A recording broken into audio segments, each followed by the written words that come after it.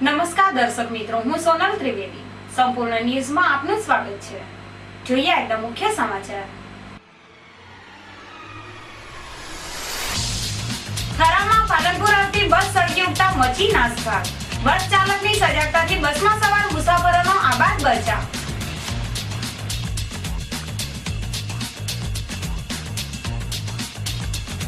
પાલનપુરમાં CNG gas વેરાણ બનતા રિક્ષા ચાલકોની season બગડી. કમાણીના સમય ગેસ મેળવવામાં વેડફાતા રિક્ષા ચાલકો પરેશાન.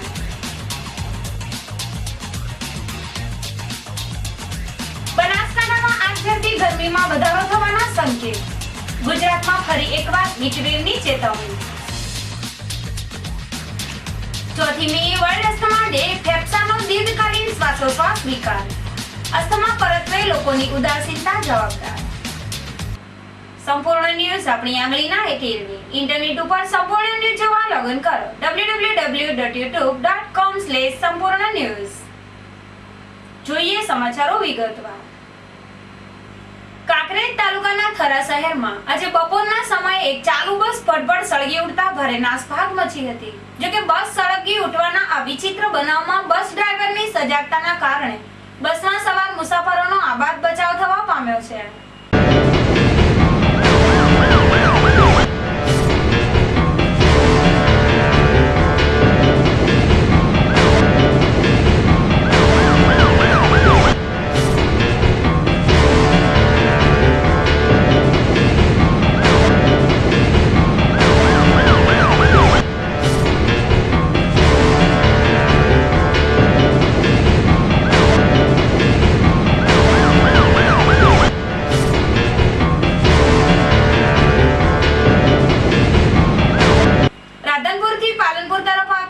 બસ થરાના પોલીસ મથક નજીકથી પસાર થઈ રહી હતી. તે સમયે બસમાં શોર્ટ સર્કિટ થતા બસમાં સામાન્ય આગ લાગી હતી, જેને લઈને બસના ચાલકે સમય સૂચકતા વાપરીને ચાલુ બસ રોડ ઉપર ઊભી રાખીને બસમાં સવાર મુસાફરોને હેમખેમ બહાર કાઢ્યા હતા. તે બાદ બસ ભડભડ સળગી ઉઠી હતી. આમ જાહેર માર્ગ ઉપર બસ સળગી ઉઠતા લોકોમાં ભારે નાસભાગ મચી જવા પામી હતી. જોકે આગના આ બનાવમાં સદનસીબે જાનહાનિ ટળી હતી, જેને લઈને લોકોએ રાહતનો શ્વાસ લીધો હતો. તો બીજી બાજુ આગ લાગવાથી બસ બળીને રાખ થઈ હતી. જ્યારે બનાવના પગલે એસટી તંત્રની ટીમ તાબડતોડ ઘટના સ્થળે પહોંચી જઈ તપાસ આદરી હતી, પરંતુ બસમાં આગ લાગવાનું કારણ જાણી શકાયું નથી. જ્યારે આગના આ બનાવ અંગે રાધનપુર અને ડીસા ફાયર બ્રિગેડને જાણ કરાઈ હતી, પણ ફાયર વાનને આવવામાં વિલંબ થતા થરા પોલીસ સ્ટેશનના સ્ટાફે તેમના મકાનોમાંથી પાણી લાવીને બસમાં લાગેલી આગને બુઝાવવાનો પ્રયાસ કર્યો હતો. જોકે આ બસ લોકલ અને રાધનપુરથી પાલનપુર તરફ આવતી હોવાનું સૂત્રોએ જણાવ્યું હતું. વેપારી મથક ડીસામાં આજે સવારે એક બિલ્ડિંગ મટીરીયલ્સની દુકાનમાં આગ ભભૂકી ઉઠી હતી, જેમાં આશરે ₹20 લાખનો મુદ્દામાલ બળીને ખાખ થયો છે. જ્યારે આગના બનાવમાં સદનસીબે જાનહાનિ ટળી છે. ડીસા શહેરમાં કચ્છી કોલોની વિસ્તારમાં આવેલ ગણેશ બિલ્ડિંગ મટીરીયલ્સ નામની દુકાન આવેલી છે. આ દુકાનમાં આજે સવારના 11 વાગ્યાના સમયે વીજ શોર્ટ સર્કિટ થવાના કારણે આગ લાગી હતી. જોકે આગે ઘડીના છઠ્ઠા ભાગમાં વિકરાળ સ્વરૂપ ધારણ કરતા તેમજ દુકાનમાંથી ધુમાડાના ગોટે ગોટા નીકળતા લોકોમાં ભારે ફફડાટ ફેલાતા દોડધામ મચી હતી. જ્યારે બનાવ ઉપર કાબુ મેળવવા ફાયર ફાઈટરને જાણ કરવામાં આવતા ફાયર ટીમ તાબડતોડ ઘટના સ્થળે દોડી આવી હતી, જ્યાં આગ ઉપર પાણીનો મારો ચલાવીને મહા મુસીબતે આગ ઉપર કાબુ મેળવ્યો હતો. જોકે આગના આ બનાવમાં દુકાનમાં રહેલ માલ સામાન બળીને ખાખ થતા દુકાન માલિક મનુભાઈ ઠક્કરે નુકસાન અંગે ડીસા દક્ષિણ પોલીસ મથકે ફરિયાદ નોંધાવી છે. પાલનપુરમાં સીએનજી ગેસની અનિયમિતતાને લઈને રિક્ષા ચાલકો ભારે મુસીબત ભોગવી રહ્યા છે. જેમાં હાલ એક બાજુ લગ્નોની મોસમ જામી છે, તેવા કમાણીના સમયે રિક્ષા ચાલકોને સમયસર અને પૂરતા પ્રમાણમાં ગેસ ન મળતા રિક્ષા ચાલકોની હાલત કફોડી બની છે. પાલનપુરમાં 2 સીએનજી પંપ આવેલા છે, પરંતુ આ પંપો ઉપર ગેસનું પૂરતા પ્રમાણમાં પ્રેશર ન મળતું હોય રિક્ષા ચાલકોને ગેસ મેળવવા માટે કલાકો સુધી કતારોમાં ઊભા રહેવું પડે છે. જેને લઈને કમાણીનો સમય ગેસ પાછળ વેડફાઈ રહ્યો હોય રિક્ષા ચાલકો આર્થિક મુશ્કેલીમાં મુકાયા છે. પાલનપુરમાં સીએનજી આધારિત આશરે 5000 જેટલી રિક્ષાઓ આવેલી છે, જેમાં સીએનજી પંપ ઉપર ગમે ત્યારે નજર કરો તો મોટાભાગની રિક્ષાઓ ગેસ મેળવવા કતારમાં લાગેલી જોવા મળે છે.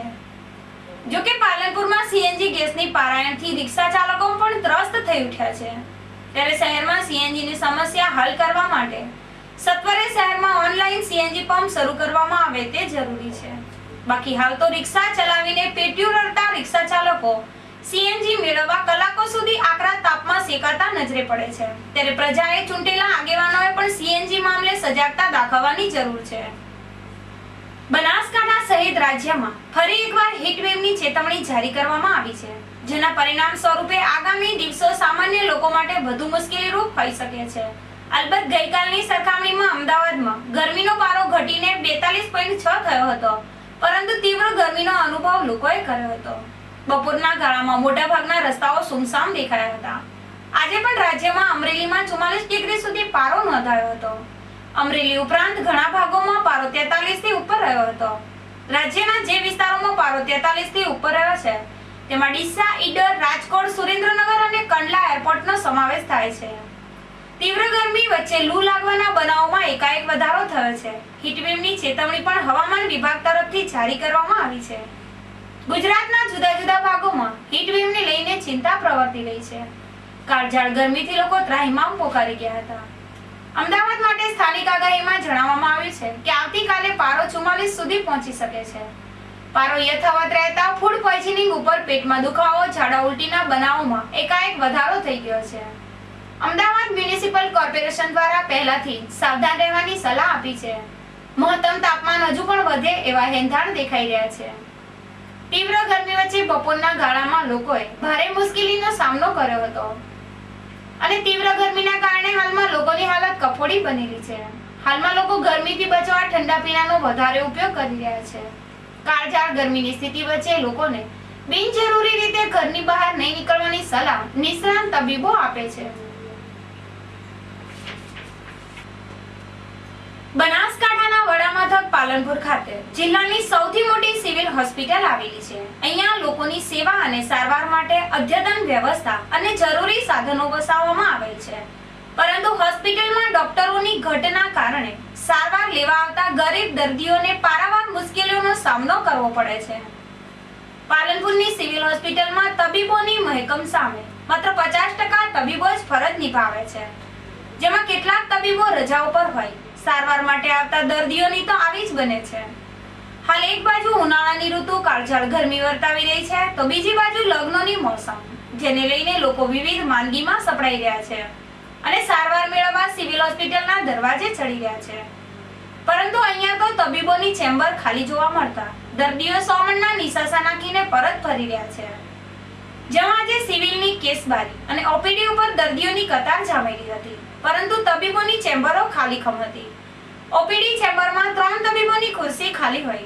સારવાર લેવા આવેલા દર્દીઓમાં કચવાટ ફેલાયો હતો, જેમાં કેટલાક દર્દીઓએ તો હોસ્પિટલના કથળેલા વહીવટ સામે બળાપો પણ ઠાલવ્યો હતો.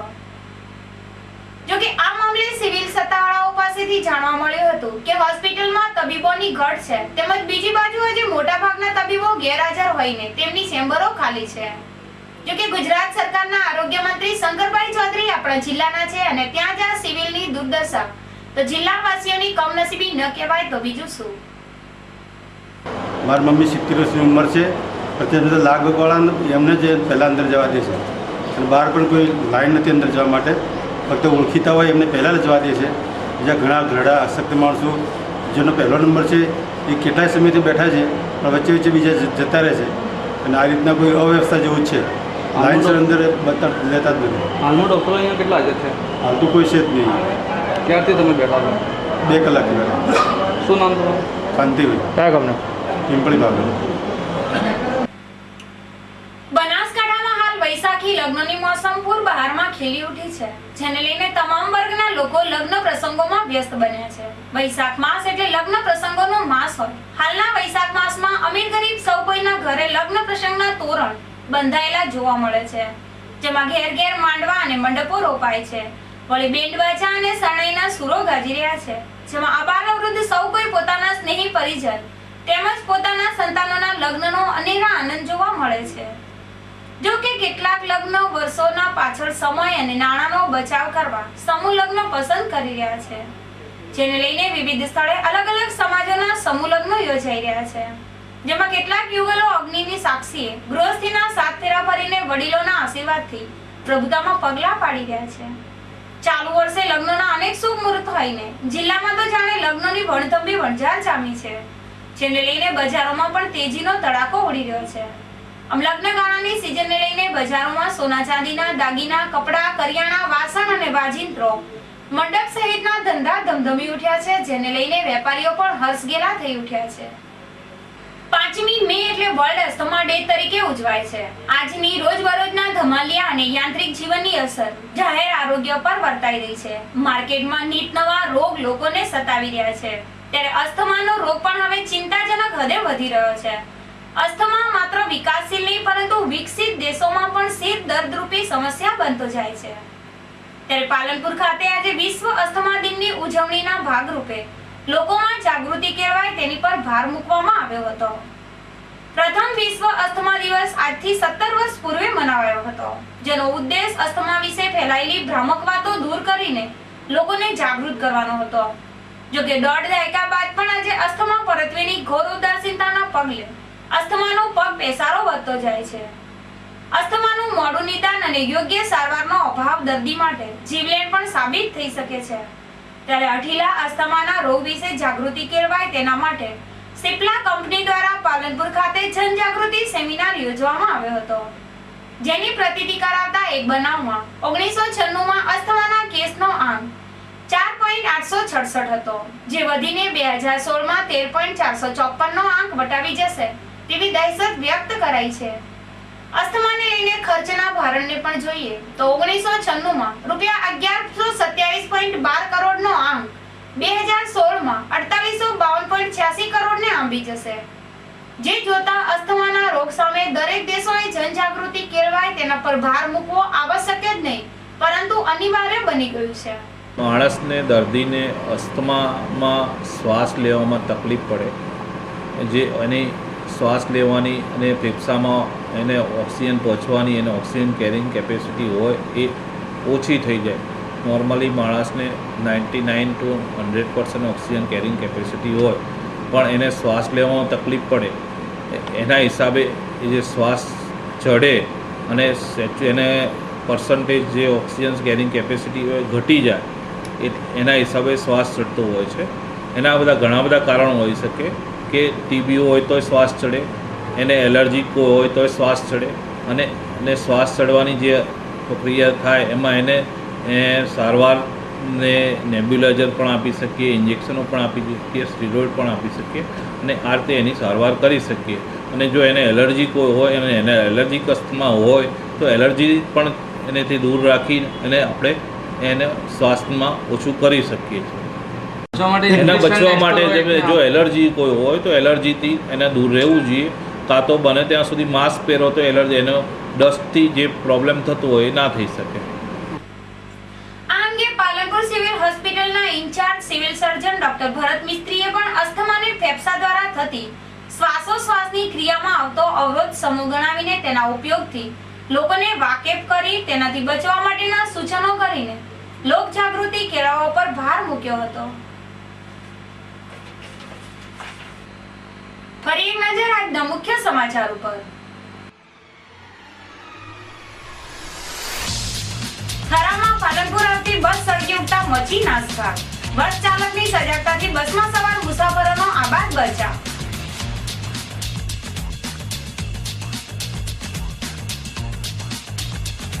પાલનપુરમાં સીએનજી ગેસ વેરાણ બનતા રિક્ષા ચાલકોની સીઝન બગડી. કમાણીનો સમય ગેસ મેળવવામાં વેરફાતા રિક્ષા ચાલકો પરેશાન.